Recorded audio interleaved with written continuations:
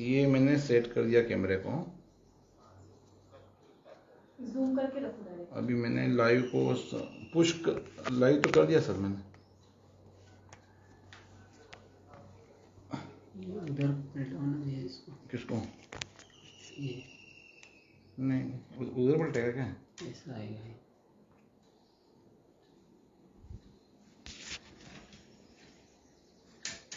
ऐसा है। एक मिनट सर, वापस मैंने वो कैमरा सेट करने के लिए निकाला है। अच्छा हाँ ठीक सर। ठीक सर, स्टार्ट कर दूँ मैं? जूम करके रखना। हाँ सर, एक मिनट सर, आवाज आए तुमको बताना सर, एक मिनट ना। जी सर, जूम ऑफ कर पहले।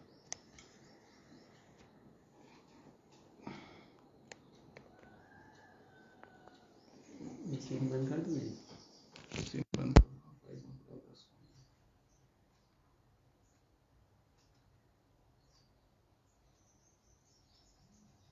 कैमरा पोस्ट कर।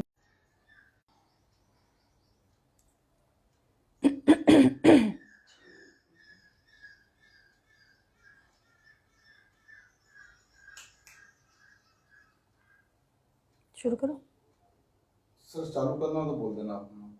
ब्राइटनेस सर चालू कर दें? ठीक, एक मिनट सर, ब्राइटनेस बढ़ा दें।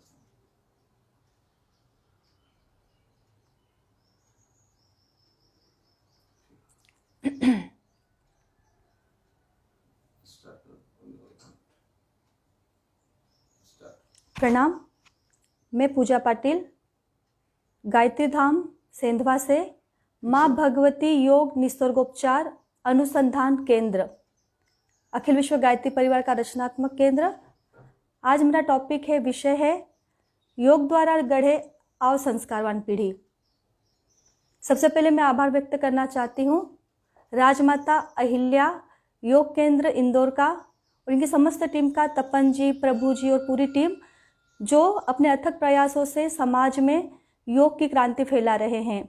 स्वस्थ एवं सभ्य समाज की स्थापना के लिए इनकी टीम पूरी प्रयासरत है। तो आइए इन सभी पूरी टीम का हम लोग तहे दिल से आभार व्यक्त करते हैं। योग क्या है? हम लोग क्या कहते हैं? योग के 8 अंग जो है, योग, प्राणायाम, ध्यान, बंध मुद्रा, इन्हीं को हम लोग योग मान लेते हैं। तो क्या सही मायने में योग केवल इतना ही है? नहीं, योग का बहुत विस्तारित स्वरूप है। अगर योग को देखा जाए तो योग के अंतर्गत बहुत सारी चीजें, बहुत सारी विधाएं मिलकर के योग बनता है। राजयोग, कर्म योग, ध्यान योग, भक्ति योग, तंत्र योग आदि। तो ऐसे विविध आयामों को मिलकर के जो योग बनता है, तो योग के द्वारा हम लोग हमारी भावी पीढ़ी, हमारी आने वाली जो नस्ल है मनुष्य जाति की, जो उज्जवल भविष्य और प्रखर भारत की प्राणवान, ऊर्जावान दिव्य आत्माओं का जन्म कैसे हो और गर्भ से एक स्वस्थ शिशु का निर्माण कैसे हो, आइए उसी विषय पर आज हम लोग चर्चा करने के लिए यहाँ उपस्थित हैं। आप सभी सोच रहे होंगे कि आज का जो विषय है वो केवल हम लोगों के लिए नहीं होगा, या फिर केवल जो गर्भवती बहनें या जिनको श्रेष्ठ संतान को जन्म देना है उन्हीं के लिए। नहीं, ऐसा नहीं है। आज का जो टॉपिक है हम लोगों का, ये आने वाली जो न्यू जनरेशन है, नव दंपत्ति है, न्यू कपल है, उन लोगों के लिए, साथ ही जो एक अच्छे दादा दादी, नाना नानी, ताऊ ताई जो भी बनना चाहते, सभी लोगों के लिए बहुत ही महत्वपूर्ण विषय। इसे आप ध्यान से सुने और इसको हम लोग कोशिश करें कि हमारे आसपास में जो भी हम लोगों से कांटेक्ट में आते हैं उन लोगों तक इस विधा को फैलाने की हम लोग कोशिश करें। अखिल विश्व गायत्री परिवार शांति कुंज हरिद्वार के तत्वावधान में अलग अलग गतिविधियां, ब्रह्म वर्चस्व शोध संस्थान, जहां पे देव संस्कृति विश्वविद्यालय, साथ ही में शांति कुंज में और ब्रह्म वर्चस्व शोध संस्थान में अलग अलग विषयों पर रिसर्च किया जाता है। उसी के अंतर्गत धर्म विज्ञान, साथ ही में एक जप योग, मंत्र योग आदि विषयों को, और साथ ही में एक स्वस्थ गर्भ शिशु का निर्माण हम गर्भ से कैसे करें, उस विषय पर यहाँ पे अलग अलग रिसर्च होते हैं, जहाँ पे देश विदेश से आकर के बहुत सारे परिजन यहाँ पे रिसर्च करते हैं और रिसर्च पेपर यहाँ से प्रकाशित होते हैं। तो उसी रिसर्च के आधार पर आज हम आपसे बात करने आ रहे हैं। ये केवल हम लोगों ने कहीं पढ़ करके या सुन करके आपको नहीं बता रहे हैं, ये हमारी गायत्री परिवार की बहुत सारी बहनें जो इस विधा के द्वारा इस क्रम को चला रही है, और एक श्रेष्ठ संतान को जन्म कैसे दे, इस विषयों पर रिसर्च होकर के इसको हम आप सभी के सामने प्रस्तुत कर रहे हैं। योग का महत्व हमारे जीवन में क्यों है? हम लोग योग के द्वारा क्या सोचते हैं कि योग हम इसलिए करते हैं हमारा शरीर स्वस्थ रहे, मन स्वस्थ रहे, और शरीर मन स्वस्थ रहेगा तो एक स्वस्थ परिवार, स्वस्थ समाज और स्वस्थ राष्ट्र का निर्माण होता है। तो योग केवल इतना ही नहीं है, योग से हम लोग शारीरिक मानसिक स्वास्थ्य तो प्राप्त करते ही हैं, पर योग के द्वारा हम लोग बहुत सारी बीमारियों से भी बच सकते हैं। तो उसके लिए सबसे पहले क्या होता है, हम केवल योग को एक उम्र में आने के बाद या फिर जन्म लेने के बाद हम लोग सोचते कि योग करें। योग बहुत प्राचीन विधा है। जितना जब मानव सभ्यता और समाज की स्थापना हुई थी, सभ्य समाज की, तभी से योग के अंतर्गत एक स्वस्थ संस्कारवान पीढ़ी के निर्माण के लिए माता पिता प्रयास करते थे। अगर गर्भ से ही हम स्वस्थ शिशु को जन्म दे दें तो बाद में जो हमको दिक्कतें आती, हेल्थ इश्यूज को लेकर के, फिर पैसा और समय की भी हम लोग बर्बादी होती हम लोगों की। और समाज में हम देखते हैं गर्भ से ही बहुत सारे बच्चे अविकसित या बहुत सारी दिक्कतें या बहुत सारी प्रॉब्लम इश्यूज लेकर के जन्म लेते हैं। तो क्यों ना हम लोग ऐसी संस्कारवान पीढ़ी, ऐसे स्वस्थ जो जो फिजिकली और मेंटली भी एक अच्छा हेल्दी बेबी तैयार हो माँ के गर्भ से ही, और उस तरीके से फिर बाद में जो दिक्कतें आनी है उन दिक्कतों को हम लोग कम कर सकते हैं। आज की जो न्यू जनरेशन है, न्यू कपल है, जिनकी अभी भविष्य में शादी होने वाली है, जो श्रेष्ठ माता पिता के संतान बनने वाले हैं, उन सभी को ये बात का ध्यान रखना जरूरी है। हम लोग क्या कहते हैं कि हम लोग इसको 3 पार्ट्स में बांटते हैं। एक है गर्भकाल से पूर्व अवधि, एक है गर्भाकाल, और एक दूसरा होता है बच्चा जब जन्म ले लेता है तो 1 वर्ष से लेकर 5 वर्ष तक। ऐसे 3 भागों में इसको हम लोग डिवाइड करते हैं। अगर आप सोचिए, हमारे पास कोई पात्र है, एक उदाहरण के माध्यम से आपको बताऊंगी। ये पात्र है मेरे पास, और इसमें अगर मिट्टी भरी हुई हो, गंदगी हो, और इसके अंदर अगर मैं साफ स्वच्छ अच्छा पानी डाल दूं तो ये क्या होगा, ये साफ पानी को भी पूरी तरीके से गंदा कर देगा। और इस तरीके से आपको बोलेगी ये पानी को आप उपयोग मिले, इस जल को उपयोग मिले, तो आप लेंगे क्या? नहीं। तो ऐसे जो हमारा शरीर है, इसमें क्या होता है, बहुत सारा टॉक्सिक, बहुत सारी गंदगी इकट्ठी होती रहती है, जिसको हमें समय समय पर स्वच्छ करना, साफ करना बहुत जरूरी है। हम लोग गाड़ी, देखिए हम लोग गाड़ी खरीदते हैं तो गाड़ी को हम लोग साल में 1 बार सर्विसिंग के लिए ले जाते हैं, उसकी सफाई, उसकी ऑयल ग्रीस सबका ध्यान रखते हैं। तो ऐसा हम लोग हमारे शरीर के साथ क्यों नहीं करते हैं? जो पार्ट्स हमको मिले हैं शरीर के, तो उस पार्ट्स के द्वारा हम लोग शरीर की सफाई कैसे करें और एक अच्छे बच्चे को, स्वस्थ शिशु को कैसे जन्म दें। तो उसके लिए क्या होता है, सबसे पहले जो माता पिता होते हैं, गर्भाकाल से पहले क्या करना है, अपने आप को तैयार करना है। उसमें क्या होता है, सबसे पहले हम लोग जब माता गर्भ में अपने बच्चे को जन्म देने वाली होती है तो अपने शरीर को, माता पिता को पहले तैयारी कर लेनी चाहिए गर्भ में शिशु आने से पूर्व। आपने देखा होगा हम लोग बिल्डिंग का निर्माण करते हैं तो हम लोग इंजीनियर को बुलाते हैं, इंजीनियर के द्वारा पूरा उसका डिजाइन तैयार करते हैं, फिर इंटीरियर को बुला करके उसके अंदर की साज सज्जा पर ध्यान देते हैं। और एक किसान भी जब खेत में बीज बोता है तो क्या करता है, पहले खेत के अंदर की जो गंदगी है, कंकर पत्थर है, उसको निकाल करके एक स्वस्थ और स्वच्छ भूमि का निर्माण करता है। उसके बाद वो बीज उसमें बोता है और एक अच्छा बीज बोने के बाद अच्छी फसल आती है। तो जो हमारी लाइफ टाइम इन्वेस्टमेंट है, जो हमारा बच्चा है, हमारा बेबी है, जो हम भविष्य में एक अच्छे भारत का, हमारे समाज का और एक माता पिता का अच्छा श्रेष्ठ संतान बनता है, तो क्या उसके लिए हम लोग प्रयास करते हैं, कोई कोशिश करते हैं? तो उसके पहले हमको माता पिता को तैयार करना। कहा जाता है, धर्मशास्त्र में भी कहा जाता है कि जो माँ का गर्भ होता है वो एक भूमि की तरह होता है और पिता उसमें क्या करता है, बीज रोपित करता है। अगर अच्छी स्वच्छ भूमि है तो जरूर, अगर बीज अच्छा नहीं रहा और भूमि बहुत अच्छी है तो भी जो संतान रूपी फसल है वो अच्छी नहीं आएगी।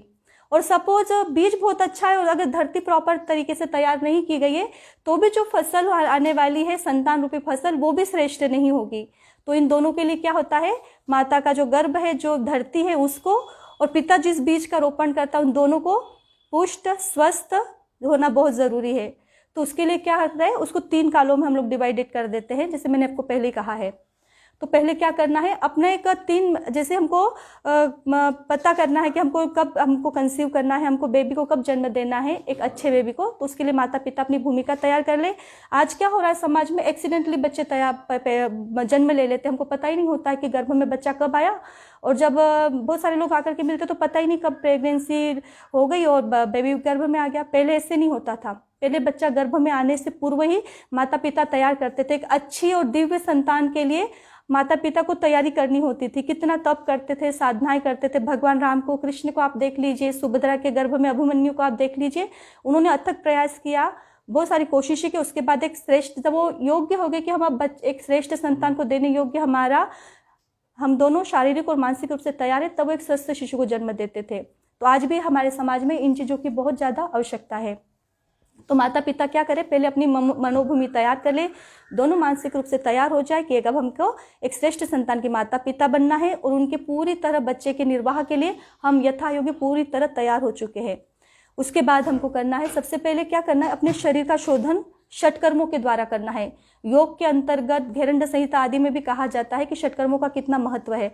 तो षटकर्मों के द्वारा है नेति, धोती, बस्ती, कुंजल और शंख प्रक्षालन, वमन आदि क्रियाओं के द्वारा क्या करना है, अपने शरीर को स्वच्छ एवं निर्मल कर लेना है। उसके बाद का जो समय आता है, शारीरिक स्वास्थ्य की तो हमने बात कर ली। अगर स्वस्थ शरीर होगा तो उसमें स्वस्थ टिश्यूज, हेल्दी बेबी के लिए हमको स्वस्थ टिश्यूज मिलेंगे माता पिता दोनों के लिए। तो 3-4 महीने पूर्व से ही अपने शरीर का शोधन करना शुरू कर दे, और जब शरीर का शोधन पूरी तरह हो जाए तो उसके बाद हमें क्या करना है, हल्का सा हम लोग जिसे जप योग कहते हैं, नाद योग कहते हैं, उसके अंतर्गत हमको थोड़े थोड़े अपनी बांसुरी का संगीत है, षटकर्म के अंतर्गत जो हमने कर लिए षटकर्म, मंत्र योग के अंतर्गत संस्कृत के जो मंत्र है, जो श्लोक है, उनका हमें प्रतिदिन श्रीमद् भगवद गीता योग का एक श्रेष्ठ ग्रंथ माना जाता है, उसका स्वाध्याय मनन चिंतन करें। और संस्कृत के जो मंत्र है उससे क्या होता है, उसके जो वाइब्रेशन होते हैं संस्कृत के मंत्रों का, हमारे प्राचीन विधा में भी आपने देखा होगा, जो ऋषि मुनि थे, हमारी योग गुरु भारत को कहा जाता था, हमारे भारत को सोने की चिड़िया कहा जाता था, भारत पूरे विश्व का प्रतिनिधित्व कर सकता है, इतने योग्य गुण हमारे भारत के लोगों के अंदर थे। तो क्यों थे, क्योंकि हम लोगों की जो प्राचीन परंपरा थी वो हम लोग संस्कृति से रिलेटेड हम लोगों का कल्चर था। प्रतिदिन वेदों के मंत्र, यज्ञ, जप आदि होते थे। तो हमारे घर में छोटे रूप में ही सही, हम लोग इतना ज़्यादा नहीं कर सकते। हमारे धर्म ग्रंथों के, जो हमारे भारतीय संस्कृति का मेन ग्रंथ है, हमारा जो धर्म ग्रंथ है, जो भी आप समाज के हैं, जाति के हैं, जिस धर्म संप्रदाय के, हर संप्रदाय का अपना एक ग्रंथ होता है। तो जैसे अगर सिख भाई बहन है तो अपने गुरुवाणी का, हमारे अगर मुस्लिम भाई बहन है तो अपनी जो उनकी कुरान होता है, उस कुरान का स्वाध्याय, इस तरीके से कुछ ना कुछ हमारे घर में स्वाध्याय का क्रम बनना चाहिए। और संस्कृत जो मंत्र होते हैं उसकी तो विशेषता अपने आप में ही एक बहुत महत्वपूर्ण है, क्योंकि संस्कृत के जो मंत्र होते हैं, उसके जो वाइब्रेशन होते हैं, उसकी जो फ्रिक्वेंसी निकलती है, हमारे मस्तिष्क की तरंगों को आह्लादित करती है, उसको इम्प्रूव करती है। तो इस तरीके से जब हम मंत्रों का उच्चारण करते हैं, मंत्र योग का सहारा लेते हैं, तो हमारे मस्तिष्क की तंत्रिकाएं, हमारे मस्तिष्क के तंतु बहुत विकसित होते हैं, जिससे बेबी गर्भ में ही, एक बच्चा गर्भ में ही स्वस्थ मस्तिष्क को प्राप्त करता है। उसके साथ जप योग के अंतर्गत हमको गायत्री मंत्र है, महामृत्युंजय मंत्र है, ऐसे मंत्रों का जप करना चाहिए, क्योंकि कहा जाता है गायत्री मंत्र विवेक की देने वाला है। और भगवान कृष्ण श्रीमद् भगवद गीता में स्वयं कहते हैं कि गायत्री मंत्र सब मंत्रों में श्रेष्ठ है। जैसे सब नदियों में गंगा जी श्रेष्ठ है, ऐसे सब मंत्रों में सबसे श्रेष्ठ मंत्र है गायत्री मंत्र। क्योंकि हम बच्चे को एजुकेशन दे देंगे, बहुत अच्छा डॉक्टर, इंजीनियर, वकील बना देंगे, पर उसके साथ हमने विद्या तो दे दी, पर विद्या के साथ अगर हमने शिक्षा दी और शिक्षा के साथ अगर विद्या का अभाव रहा तो उसकी जो प्रतिभा है, उसके जो गुण है, वो गलत कार्यों में नियोजित हो जाते हैं। आज हम लोग देखते हैं समाज में बहुत सारे डॉक्टर, इंजीनियर है, बड़े बड़े पद पे लोग बैठे हुए हैं, पर जो संस्कृति है, जो मूल्य है, हमारी जो माता पिता के प्रति संवेदनाएं, समाज के प्रति संवेदनाएं, वो उनके अंदर हमको देखने को नहीं मिलती है। तो क्यों ना हम लोग भी अपने गायत्री मंत्र के द्वारा, हमारा जो महामंत्र है उसके द्वारा अपने जीवन को शिक्षा के साथ विद्या युक्त बनाए। और गायत्री क्या करती है, विद्या की जननी है, विद्या की देवी है। तो इस तरीके से अपने जीवन में गायत्री के मंत्र को हम लोग उतारे। नाद योग के अंतर्गत क्या करना है, पहले से ही जब आप तैयारी कर रहे हैं एक स्वस्थ शिशु के लिए, तो 2 से 3 माह पूर्व से ही हम बोलते हैं ना, संगीत का एक अपना प्रभाव होता है। और संगीत भी एक चिकित्सा के अंतर्गत आता है, इस पर काफ़ी रिसर्च हो चुका है। जो हमारे भारतीय शास्त्रीय संगीत है, उनके अंदर जो फ्रिक्वेंसी है, उसका जो नाद है, उसके जो वाइब्रेशन है, वो हमारी मस्तिष्क कोशिकाओं को विकसित करता है। अगर डिप्रेशन जैसी बीमारियां जो अब आज के समाज में बहुत ज़्यादा फैली हुई है, अगर आप उसको नाद योग के अंतर्गत एक अच्छी बांसुरी है, सितारे, जिस संगीत को आप पसंद करते हैं, शास्त्रीय संगीत अलग अलग राग होते हैं, उन रागों को आप गर्भकाल से पूर्व भी सुनना प्रारंभ करें और गर्भाकाल के दौरान भी उन संगीत को सुने। बांसुरी हो सकती है, सितार हो सकता है, इंस्ट्रूमेंटल म्यूजिक जो भी है या राग है, उनको आप जरूर सुने ध्यान से। और उसके बाद आता है आहार। आहार के अंदर क्या होता है, हम लोग आज देखते हैं समाज में बहुत सारे जो बच्चे हैं गर्भावस्था से ही बीमार पैदा होते हैं, बीमारी उनके गर्भ से ही उनकी स्टार्ट हो जाती है। और अभी तो हमने एक उदाहरण देखा था, इस कुछ वर्ष पहले हमारे सामने एक उदाहरण आया था कि गर्भ में ही बच्चे को सोराइसिस हो गया था, और सोराइसिस इतना उसके गर्भ में यानी माता के गर्भ में बच्चे को फैल चुका था कि जब बच्चे ने जन्म लिया तो उसके शरीर में एक भी ऐसा हिस्सा नहीं बचा था कि जहाँ पर आप एक उंगली टच करके रख सको, और उसके शरीर में पूरी तरह सोराइसिस फैल चुका था। तो इसके पीछे जब कारण और जब पता चला तो क्या होता है, गर्भाकाल का जो समय होता है उस समय माता को बहुत सारी चीज़ें खाने का, जो मम्मा होती है उनको बहुत सारी चीज़ें खाने का मन होता है, जैसे कि कुछ खट्टा खाने का मन होता है, कुछ मिठाई, किसी को इस तरीके से किसी को मिट्टी खाने का मन होता है। तो इस समय विशेष ध्यान क्या रखना है, जो हम लोग आहार ले रहे हैं, कहते हैं ना जैसा खाए अन्न वैसा होए मन।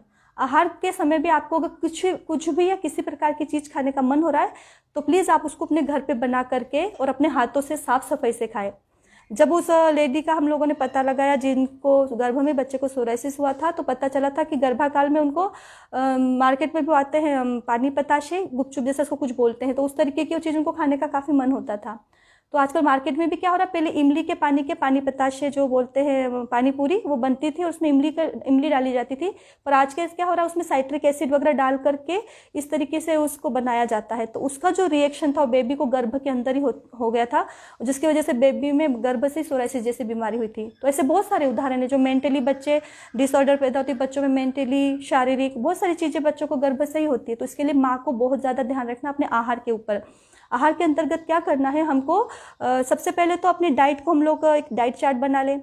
सुबह ये गर्भावस्था के पूर्व का समय मैं बता रही हूँ कि 3 माह पहले से ये क्या करना, पिता का एक जो पापा बनने वाले हैं, माँ बनने वाले हैं, दोनों का एक डाइट चार्ट बना ले, अपनी दिनचर्या बना ले, लाइफ रूटीन की हमको कितने बजे उठना है, कितने बजे सोना है, मोबाइल से दूर रहे।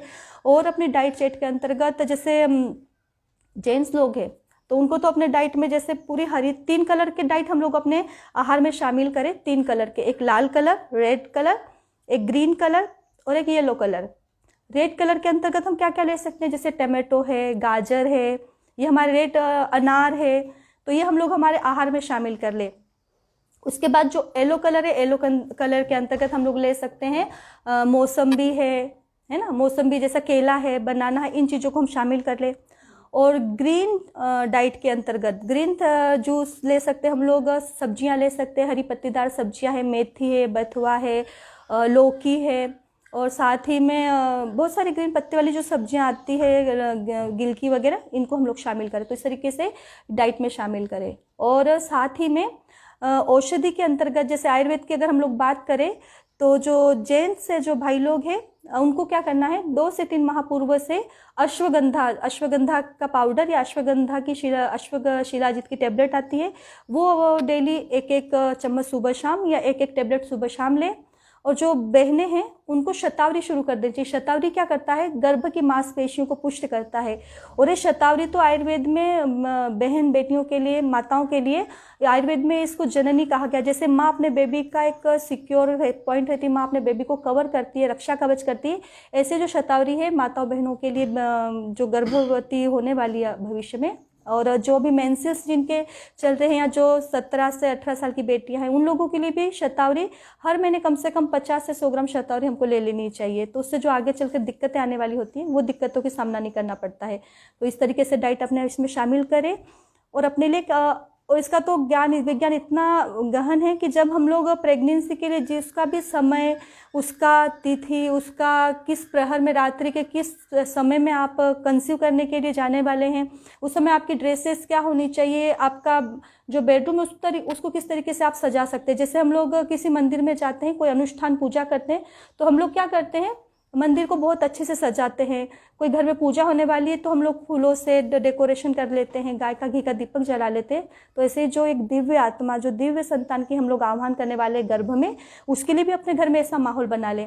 जिस दिन कंसीव करना उस समय क्या करें, अपने कमरे को बहुत ही अच्छे दिव्य वातावरण से सजा ले, पुष्पों से सजा ले, एक गाय के घी का दीपक या जो आपके पास अवेलेबल है, अब गाय का घी हर जगह तो अवेलेबल नहीं है, एक दीपक जला ले और अपने इष्ट, अपने जो आप घर कुल के जो आपके देवी देवता, उन सबका आह्वान करके उस दिव्य आत्मा का, देखिए एक श्रेष्ठ संतान की माता पिता बनना, ऐसे ही एक श्रेष्ठ माता पिता को हर आत्मा खोजती है।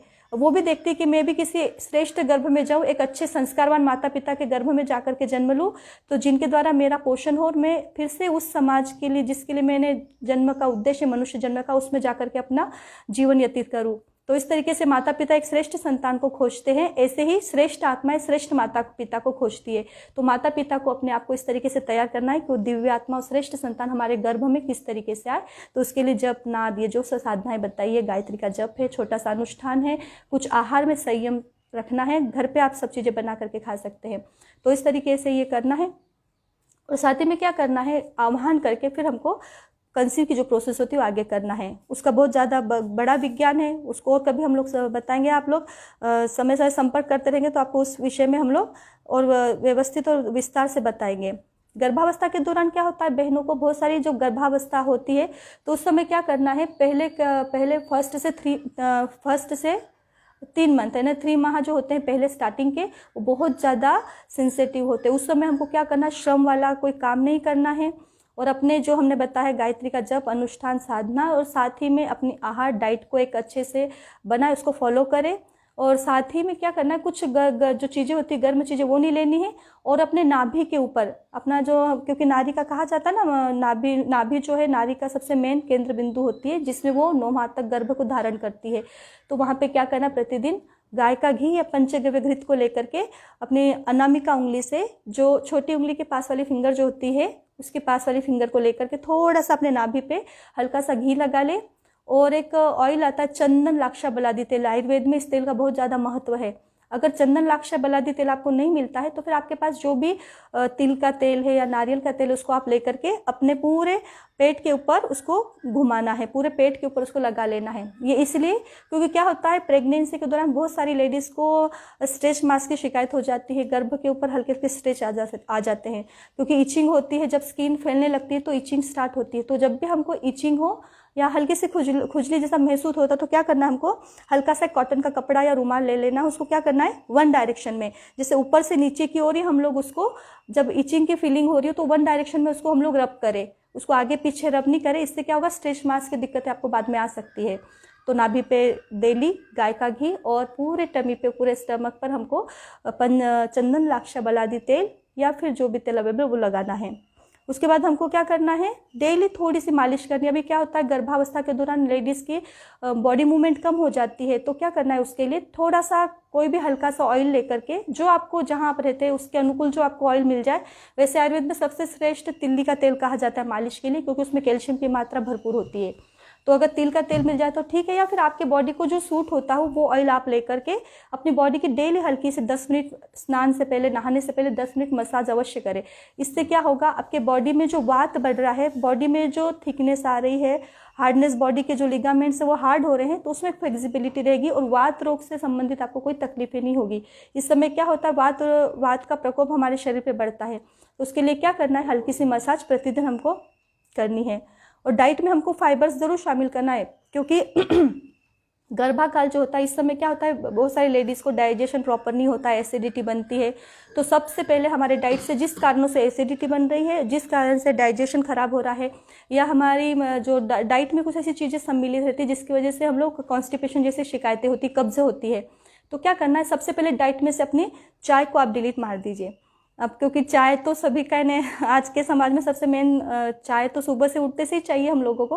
तो चाय को क्या करना है, आप बिल्कुल खाली पेट अगर चाय नहीं लेंगे तो बहुत ही अच्छा है, और अगर आप नहीं रह सकते चाय के बिना तो कुछ खा करके पहले उषापान कर लीजिए, और कुछ खा करके हल्का सा हेल्दी डाइट लेकर के, कुछ जैसे आप थोड़े से स्प्राउट है, नारियल की गिरी है, या फिर अंकुरित करके जैसे बादाम है, किशमिश है, जो मनुका जिसको हम कहते हैं, उस मनुके को लेकर फिर आप थोड़ा कुछ खाने के बाद चाय लें। और चाय तो हम तो मना ही करते हैं, आयुर्वेद में चाय को बिल्कुल मना किया, क्योंकि चाय की वजह से एसिडिटी बनती है, लाल मिर्च की वजह से, और अधिक तला हुआ, भुना हुआ या बहुत ज़्यादा तेल में फ्राई की हुई जो चीज़ें वो एसिडिटी का कारण बनती है। तो उस चीज़ को हमको कम करना है, और अपने डाइट में हमको एल्कलाइन डाइट, फाइबर डाइट को सम्मिलित करना है। तो फाइबर डाइट के अंतर्गत हम लोग क्या करें, जैसे गाजर है, गाजर को हम लोग ककड़ी है, ठीक है, और नारियल की गिरी जो हम भगवान जी को प्रसाद चढ़ाते मंदिर में, वो जो नारियल होता है उसको आप फोड़ करके रख लीजिए, और उसको क्या करना है, थोड़ा थोड़ा करके उसको खाना है।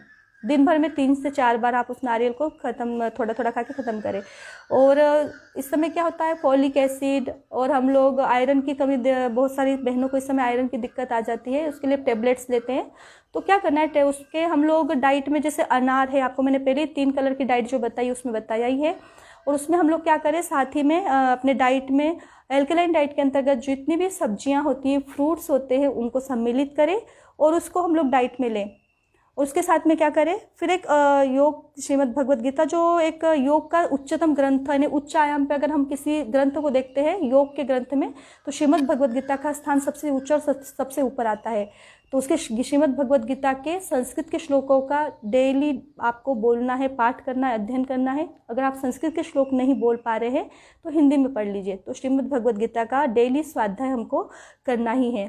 साथ ही में क्या करना है, 1st मंथ से लेकर के 7 मंथ तक हम लोगों को सोमघृत आता है, लेडीज़ के लिए बनाया हुआ है। सोमघृत से क्या होता है, गाय के घृत में उसको भेषज रत्नावली जो ग्रंथ है आयुर्वेद का, उसके अंतर्गत उसको बनाया गया है।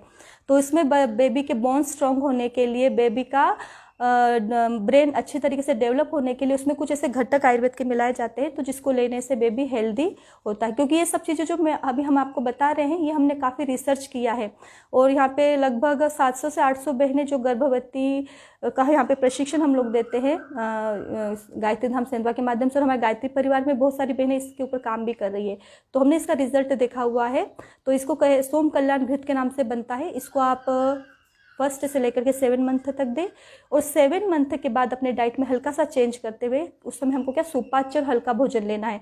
सुबह में अपने भोजन में आप सम्मिलित कर ले, जैसे सुबह में उठते से उषापान, उसके बाद आपको थोड़ा सा लेना है 5 मनुक्के, जिसमें हल्के से बीज होते हैं, काले मनुक्के हम जिनको कहते हैं, उसमें 5 बादाम।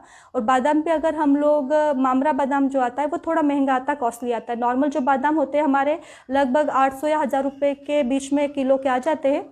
मामरा बादाम जैसे इससे डबल होता है, 1800 या 2000 रुपये किलो का वो होता है। पर उसमें क्या होता है, उसके जो पोषक तत्व है, उसमें जो ऑयल की मात्रा होती है, उसके जो पोषक तत्व उसमें भरपूर मात्रा में पाए जाते हैं। तो इस तरीके से मामरा बादाम 4 से, आप भले ये बादाम 5 खा रहे तो आप मामरा बादाम 2 ही लीजिए, पर एक अच्छी चीज़ हमारे डाइट में होना चाहिए। उसी तरीके से बादाम, अंजीर, थोड़ा सा एक अंजीर डेली आप रात को भिगो। जो बादाम होता है, अखरोट होता है, इसको क्या करना है, एक कांच के ग्लास में आप रात को गला दें, इसका पानी फेंक करके छिलके निकाल करके सुबह में ले लें।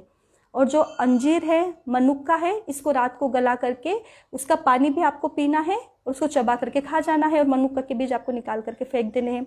उसके बाद 1-1.5 घंटे के बाद फिर आपको गाय का दूध अगर मिल जाए तो सबसे बेस्ट है, क्योंकि गाय के दूध में फैट कम होता है और एनर्जी लेवल बहुत ज़्यादा होता है, कैल्शियम की मात्रा भरपूर होती है, फैट बिल्कुल भी नहीं होता है। बहुत सारी लेडीज़ ये डरती है कि अगर हम लोग बहुत ज़्यादा डाइट ले लेंगे, दूध ले लेंगे तो मोटापा बढ़ जाएगा। आप उसकी बिल्कुल फिक्र ना करें। अगर आप गाय का दूध ले लेते हैं, गाय का घी डेली अगर आपके रूटीन में है, लगभग 1 से 2 चम्मच गाय का घी आपको डेली लेना है। इससे क्या होगा, बॉडी में लुब्रिकेशन रहेगा, आपके लिगामेंट्स प्रॉपर वे में काम करेंगे। तो डेली आपके डाइट में गाय का घी होना ही चाहिए। सुबह में आप लोग हल्का सा गाय का दूध में 1 या 2 केसर की पत्ती 1st मंथ से स्टार्ट करें। इससे क्या होगा, बेबी का कलर भी फेयर आता है अब। और सौंफ जो होती है, सौंफ को चबा करके खाने से फाइबर भी जाता है। और मौसम्बी जो होती है, संतरा है, खट्टे फल जो होते हैं जिसमें विटामिन सी होते हैं, वो भी भरपूर मात्रा में इस समय लेना चाहिए। तो इस तरीके से सुबह में ड्राई फ्रूट्स, उसके बाद हमको लेना है हल्का सा दूध में गाय का दूध मिल जाए तो सबसे श्रेष्ठ, तो उसमें 1-2 पत्ती केसर की। इस तरीके से हर मंथ में 1-1, 2-2 पत्ती हमको बढ़ाते हुए 9 माह तक लेना है। केसर के दूध के बाद हमको भोजन की डाइट में शामिल करना है। सबसे पहले तो अगर चांदी का आपके पास कोई बर्तन है या कोई कटोरी या ग्लास है, उसमें सुबह का ताज़ा जमा हुआ दही, सुबह में आप लोग लगभग 6 या 8 बजे के बीच में अगर दही जमाते हैं तो लगभग 4 से 5 घंटे में दही तैयार होता है। तो 1 कटोरी दही, 1 प्लेट स्प्राउट, और साथ ही में सब्जी, रोटी, हरी सब्जी हो तो सबसे बेस्ट, दाल चावल, यानी पूरा डाइट आपके थाली में होना चाहिए। पूरा जो भोजन होता है वो सुबह के डाइट में आपको लेना है। और शाम दोपहर में आप नारियल पानी वगैरह लेकर के शाम की जो डाइट होती है उसमें आप हल्का सा सप्तधान का दलिया है, उसमें जैसे 1 कटोरी अगर दलिया है तो उसमें आपको 4 कटोरी सब्जियां डाल करके, हरी सब्जियां हैं, लौकी, गिलकी, टमाटर, पालक सब डाल करके पका करके शाम के डाइट में लगभग 6 से 8 बजे के पहले पहले आपको खा लेना है। जैसे आप 9, साढ़े 9 बजे सो रहे हैं तो आपको 2 घंटे पहले आपका आहार ले लेना है। सोते समय फिर आपको गाय का दूध 1 गिलास लेना चाहिए।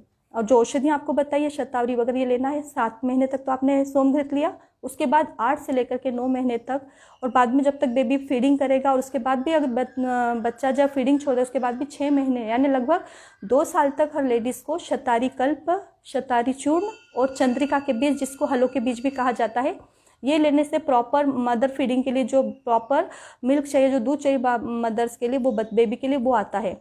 और उसके बाद जो कुछ प्रॉब्लम्स क्रिएट होती है, क्योंकि आगे चल के क्या होता है ना, प्रेगनेंसी में लेडीज़ को वेरिकोज वेन है, हील पेन, एड़ी में दर्द होना है, फिर लीवर क्या बोलते हैं, पेट के आसपास चर्बी बढ़ जाती है ना, और मोटापा बढ़ जाता है, वीकनेस लगती है, क्योंकि कैल्शियम बॉडी से काफ़ी डिस्चार्ज होता है इस समय बेबी के लिए।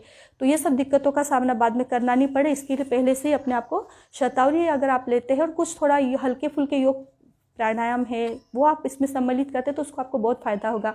और योग के लिए तो अभी बहुत सारे वीडियोज़ अवेलेबल है। यह हमारा जो ये मंच है, योग मंच, इसमें बहुत सारी बहनें आकर के हमने देखा है, बहुत सारी बहनों ने योग के क्षेत्र में अच्छा कार्य करी। तो आप उनके मार्गदर्शन में किसी श्रेय अच्छे जिनको प्रॉपर नॉलेज हो उनके मार्गदर्शन लेकर के आप योग का जो चैप्टर है इन्हें प्रेगनेंसी के लेकर के पेरेंटियल योग करके पूरा इसका सिलेबस बना हुआ है, तो उस योग के अंदर उस योग को आप करें, प्राणायाम करें प्रॉपर वे में और एक अच्छी हेल्दी लाइफस्टाइल अपने रूटीन में लाएं।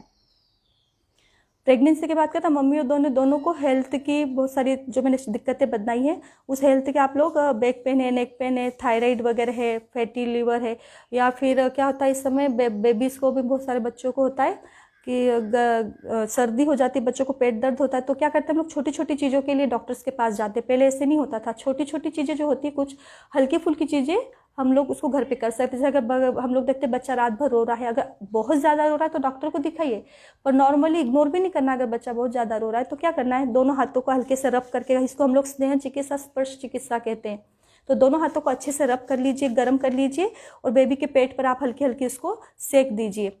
जो हींग होती है, हींग को थोड़ा सा पानी में, एक मेथी के दाना जितना होता है इतनी सी हींग लेकर के उसमें 2-3 बूंद पानी की डाल करके नाभि को छोड़ करके आसपास का जो एरिया है, रोज नहाने के बाद सुबह में और शाम को डेली बेबी के पेट के ऊपर आप थोड़ा सा लगा दीजिए।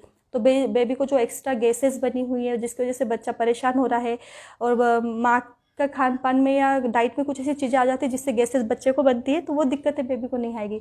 तो कुछ चीज़ें हम लोग घर पे भी करें। पहले क्या होता था, अजवाइन की हम लोग बच्चों को हल्की सी धुनी देते थे, पर उसका प्रॉपर एक पता होना चाहिए कि किस तरीके से कैसे करना है। तो गर्भावस्था में जैसे ध्यान रखा, ऐसे गर्भ के बाद भी हमको बहुत सारी चीज़ों का ध्यान रखना होता है बेबी का। और जब बच्चा गर्भ में है तब भी हमको क्या करना है, एक आपको मैं ध्यान, जैसे ध्यान योग हम कहा जाता है, ध्यान योग के अंतर्गत हमको क्या करना है, बहुत ही बेस्ट एक क्रिया इसमें होती है, आयुर्वेद में भी बताई गई है, हमारे ध्यान योग के अंतर्गत बताई गई है। सबसे पहले तो हमको सुबह उठ करके सूर्य को जल जरूर चढ़ाना है। अब हम लोग सुनते हैं क्योंकि ये चीज़ें तो है बहुत यानी आध्यात्म वाली चीज़ें, ये नहीं है, इसके पीछे सबके पीछे कुछ ना कुछ साइंस है। जैसे हम अगर तांबे के पात्र में अगर जल लेकर के सूर्य को चढ़ाते हैं तो सबको पता है कि तांबा जो है ऊर्जा का संवाहक है। बिजली के तारों में भी हम लोग देख रहे हैं, बिजली में जो तार डली हुई होती है वो भी तांबे की होती है। तो तांबा क्या करता है, ऊर्जा का संवाहक होता है। तो एक पात्र ले लिया, कलश ले लिया, उसमें पानी लेकर के दोनों हाथों को सिर से ऊपर थोड़ा सा हल्का सा उठा करके इस तरीके से जल छोड़ना है, ताकि जो पानी की जो जल की धार है उससे जो सूर्य की 7 कलर की जो किरणें होती है वो पानी से टकरा करके हमारे आज्ञा चक्र पे, जिसपे हम पिट्यूटरी ग्लैंड हम जिसको कहते हैं, आज्ञा चक्र का जो मध्य भाग होता है जहाँ पे ये ग्लैंड हमारे पूरे मस्तिष्क का संचालन करती है, पूरे बॉडी का संचालन करती है, तो वहाँ पे उस पर प्रभाव पड़ता है। उसके बाद क्या करना, उस थोड़ा सा जल बचा करके आखिरी में उस जल को जो एनर्जी की, जिसमें सूर्य की किरणों का जो 7 कलर की किरणें हैं उसका उसमें प्रवाह क्रिएट होता है, तो उसको हमको थोड़ा सा लास्ट में हल्का सा जल पी लेना है। तो सूर्य से तपा हुआ ये जल होता है जो स्वास्थ्य के लिए भी बहुत अच्छा है, आंखों की रोशनी बढ़ाने के लिए अच्छा है। तो इस तरीके से वो थोड़ा सा पानी बचा करके वो आपको पी लेना है। और बाद में क्या करना है, हल्का सा अपने टेरिस पे या ऐसी कोई जगह हो जहाँ पे आप थोड़ा सेफ महसूस करें, अपने विंडो के पास कमरे में हल्का सा नाभि के ऊपर से कपड़ा हटा के, नाभि जो होती है, नाभि बच्चे को माँ से जोड़ती है, तो नाभि पे से हल्का सा कपड़ा हटा करके आपको क्या करना है, नाभि के ऊपर जो उगता हुआ सूर्य उसकी किरणें नाभि पे लेना है। और एक बहुत ही सुंदर ध्यान है, हर माँ और पिता की एक कल्पना होती है कि हमारा बेबी ऐसा होना चाहिए, थोड़ा सा मोटा हो, हेल्दी हो, कर्ली हेयर हो, उसकी आईज ऐसी हो, एक कल्पना हर माँ की होती है। तो क्या करना है, उसी बेबी को एक येलो कलर का, पीले कलर का जो कमल का फूल होता है लोटस, उसके ऊपर उस बेबी को लेटा हुआ अपने गर्भ के अंदर अनुभव करना है और भावना करनी है कि सूर्य की जो किरणें हैं वो नाभि मंडल से पूरे आपके नाभि क्षेत्र के अंदर, नाभि आपका जो स्टमक है, आपका जो पेट है, पेट के अंदर पूरी वो किरणें जा रही है और वहाँ के पूरे अंधकार को खत्म करके वो पूरी जो बेबी लेटा है, सुंदर सा एक बच्चा लेटा हुआ है कमल के पुष्प पे और वो बहुत अच्छा मुस्कुरा रहा है और उसकी बॉडी के एक एक जो रोमकूप है वो पूरे उस सूर्य की किरणों को, गोल्डन कलर की शाइनिंग वाली किरणें, उसको एक एक रोम को सोख रहा है, उसको अपने बॉडी में पूरा ऑब्जर्व कर, सोख करके उसको पूरे बॉडी में क्रिएट करा। और उसके बाद क्या रहा, इतना वो जो प्रकाश है, गोल्डन सूर्य से बोलते हैं प्रकाश है, स्वर्णिम सूर्य की जो प्रकाश है उसमें वो बेबी इतना परिपूर्ण हो चुका है कि उसकी बॉडी से रिटर्न रिफ्लेक्शन आने लगा है। तो इससे क्या होगा, जो गर्भस्थ शिशु, ये एक मानसिक ध्यान का बोलते हैं ना, मानसिक जो क्रिया होती है, माँ जैसा सोचती वैसा बेबी डेवलप होता है। तो इससे क्या होगा, माँ के गर्भ में जो बच्चा है उसके अंदर वो गुण, सूर्य की प्रखरता, तेजस्विता, ओजस्विता जैसे जो गुण है वो गर्भस्थ शिशु को प्राप्त होंगे। और इसी तरीके से हम प्रखर और तेजस्वी प्राणवान शिशु के लिए इस तरीके से भूमिका बना रहे हैं, पर उसी के साथ बच्चे में एक सौम्यता, शालीनता, ये गुण भी होने आवश्यक है। तो उसके लिए क्या करना है, शाम का जो समय होता है तो चंद्रमा की रोशनी में हल्का सा अपने किसी आप खाट पे या आराम कुर्सी जो होती है उस पर लेट करके, छत पे जा करके नाभि पे से शाम को भी कपड़ा हटा करके सूर्य के जो चंद्रमा है, शीतल किरणें जो होती चंद्रमा की, उसको अपने नाभि मंडल पे लेना है। अपने नाभि जो होती है, नाभि से उन भाव करना है कि नाभि के द्वारा एक सफ़ेद पुष्प, सफ़ेद कलर का जो कमल का फूल है, लोटस का फूल है, उसमें एक बेबी, वही बेबी लेटा हुआ है, बच्चा लेटा हुआ है। और क्या करा, जो हल्की सी जो चांदी कलर की किरणें होती है, चंद्रमा की जैसी शीतल शांत किरणें आपके गर्भ में नाभि के माध्यम से जारी है और वो बच्चा क्या कर रहा है, अपने रोम रोम में, एक एक रोम में पूरी किरणों को सोख रहा है और उसने इतना सोख लिया कि उसके बॉडी से रिटर्न रिफ्लेक्शन आने लगा, नहीं इतना उसमें परिपूर्ण हो चुका है उस ओज में, उस तेज में। तो इस तरीके से बच्चे के अंदर सौम्यता, शालीनता के गुण भी विकसित होंगे। तो ये ध्यान सबसे महत्वपूर्ण है। इस ध्यान को आप अभी से, जैसे बेबी कंसीव नहीं करना उसके पहले से माता पिता को इस ध्यान के माध्यम से उसकी पृष्ठभूमि उसकी तैयार कर लेनी चाहिए। तो इस तरीके से क्या करना है, आसनों में भी आप हल्के फुल्के आसन जैसे बटरफ्लाई है, त्रिकोण आसन है, चक्की चाल आसन कर सकते हैं, नाड़ी शोधन प्राणायाम है, भस्त्रिका है, अनुलोम विलोम है, आदि प्राणायाम आप कर सकते हैं। थायराइड की अगर समस्या है तो उज्जाई प्राणायाम हल्के और सूक्ष्म रूप से आप कर सकते हैं। तो योग से संबंधित तो काफ़ी आपको जानकारी हमारी बहनें भी दे सकती है। और साथ ही में हमको क्या करना है, नाद योग में हल्की बांसुरी वगैरह का शाम का समय या सुबह का समय जो होता है, आज हम लोग देखते हैं समाज में बच्चे, हमारा जब समय था उससे आज अगर हम 20 साल के बाद अभी का जो समय अगर देखते हैं तो बच्चों के ऊपर मानसिक स्ट्रेस बहुत ज़्यादा है, पढ़ाई का स्ट्रेस, समाज में कंपटीशन इतने बढ़ चुके हैं। तो बच्चे को हमको क्या करना है, फिजिकली तो तैयार करना ही है। फिजिकल ट्रेन करने के लिए हमने आपको पूरा डाइट है, शेड्यूल है, पूरा बताया है।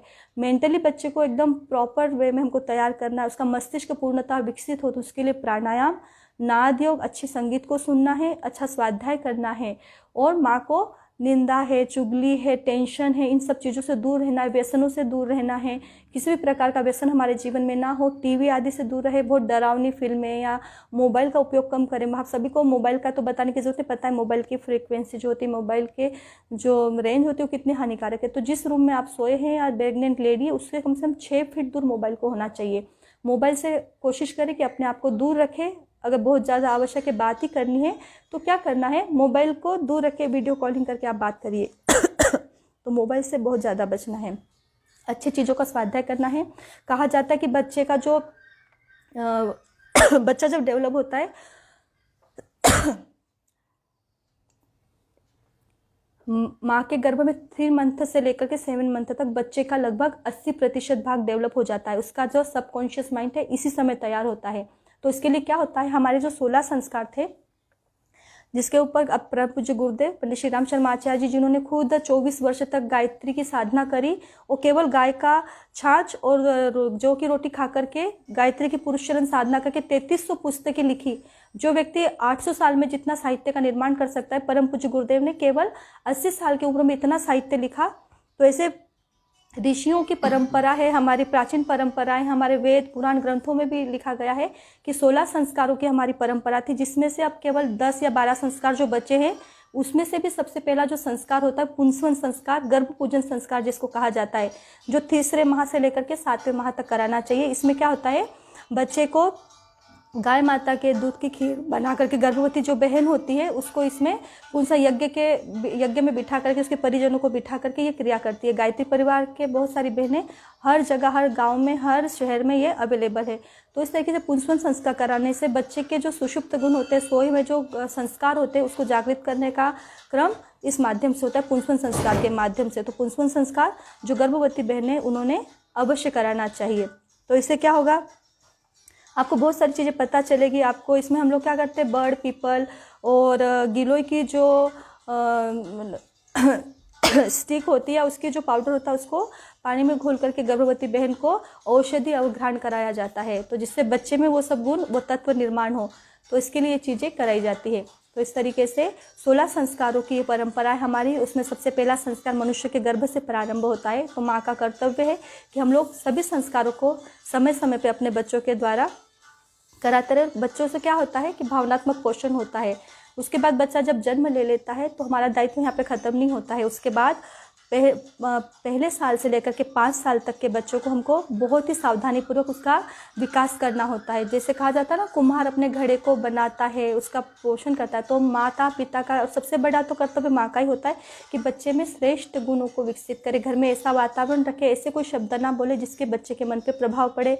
बच्चे को इतना ज़्यादा भी हम लोग अनुशासित ना करें कि वो कुंठा या वो उसी में संकोचित होकर के अपने खुद के ब्रेन का, अपने खुद के व्यक्तित्व का वो उपयोग नहीं करे। तो हर चीज़ को हम लोगों को सोच करके, संभल करके बच्चे का डेवलप करना है। आज हम लोग देखते हैं, आप में से बता दीजिए कितने ऐसे लोग हैं कि परिवार में अगर पापा बाहर से आए हैं, पिताजी घर में आए हैं, तो बच्चा उठ करके अपना सब काम साइड में करके उठ करके पिताजी को एक गिलास पानी पिला देता है।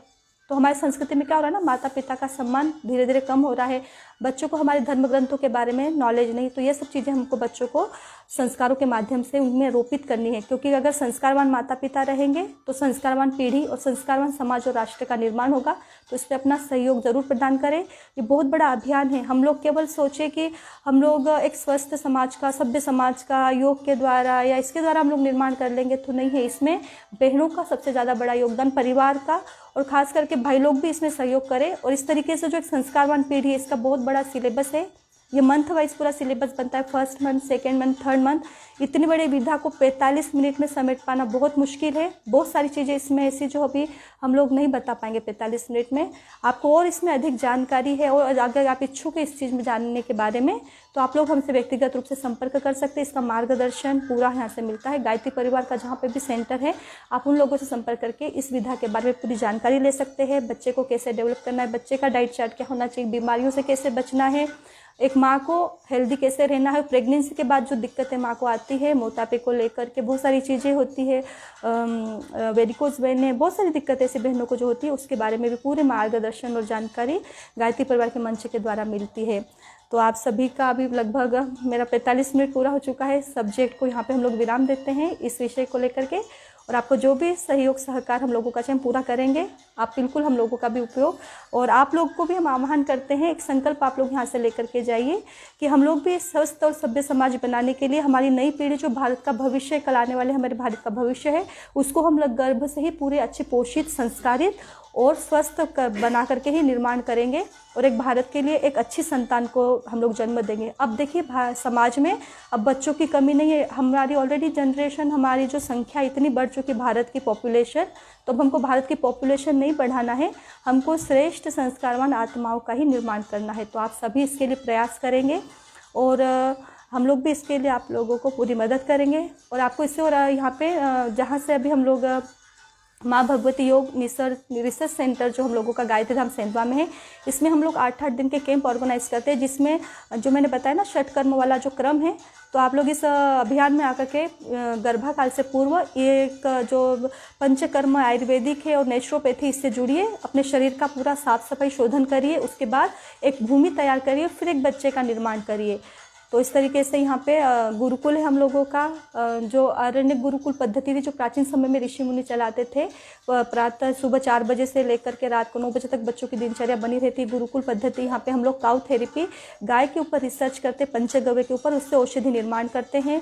और यहाँ पे गुरुकुल के माध्यम से बच्चों के लिए बच्चों में संस्कार का बीजारोपण करते हैं। यहाँ पे समय समय पर कन्या कौशल शिविरों का आयोजन होता है, जिसमें जो आने वाली हमारी बेटियाँ जो एक अच्छी सास, एक अच्छी बहू, एक अच्छी पत्नी और एक अच्छी बेटी और एक अच्छी माँ बने, उसके लिए यहाँ पे प्रशिक्षण दिया जाता है। मई के समय 1 से 5 मई में वो कार्यक्रम का आयोजन होता है। तो ऐसे अलग अलग शिविरों का यहाँ पे हम लोग आयोजन करते हैं। गायत्री धाम सेंधवा एबी रोड पे स्थित है और एक गोमाता सुरभि की तपस्थली, जहाँ से सब कार्य का आयोजन होता है। तो आप सभी का हम लोग निमंत्रण हमारी तरफ से कि आप लोग एक बार अवश्य पधारें। और मैं पुनः ये जो हमारा राजमाता अहिल्या योग केंद्र का जो ये डिजिटल मंच है, उन सभी परिजनों का, उन सभी भाइयों का जो इससे जुड़े हुए, जो इतना प्रयास करे समाज के लिए, उन सबको मैं आभार व्यक्त करती हूँ कि समय समय पर इस विधा के माध्यम से जो पूरा समाज में एक योग की क्रांति फैला रहे हैं। तो आप सभी को हमारी तरफ से बहुत बहुत मंगल कामनाएं कि आपका ये मंच विश्व स्तर पर जाए और एक श्रेष्ठ कार्यों के लिए आपका मंच जाना जाए। बहुत बहुत धन्यवाद। प्रणाम। स्टॉप करो।